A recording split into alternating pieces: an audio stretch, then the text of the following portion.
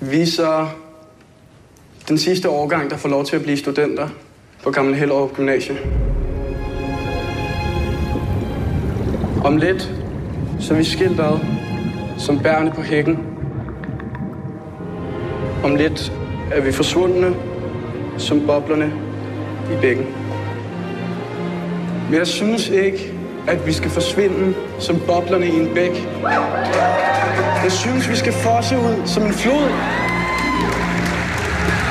Og minde os selv om det, vi var engang. Det, vi er lige nu. Det, vi altid vil være. Er I klar til verden? Er I klar til fucking verden?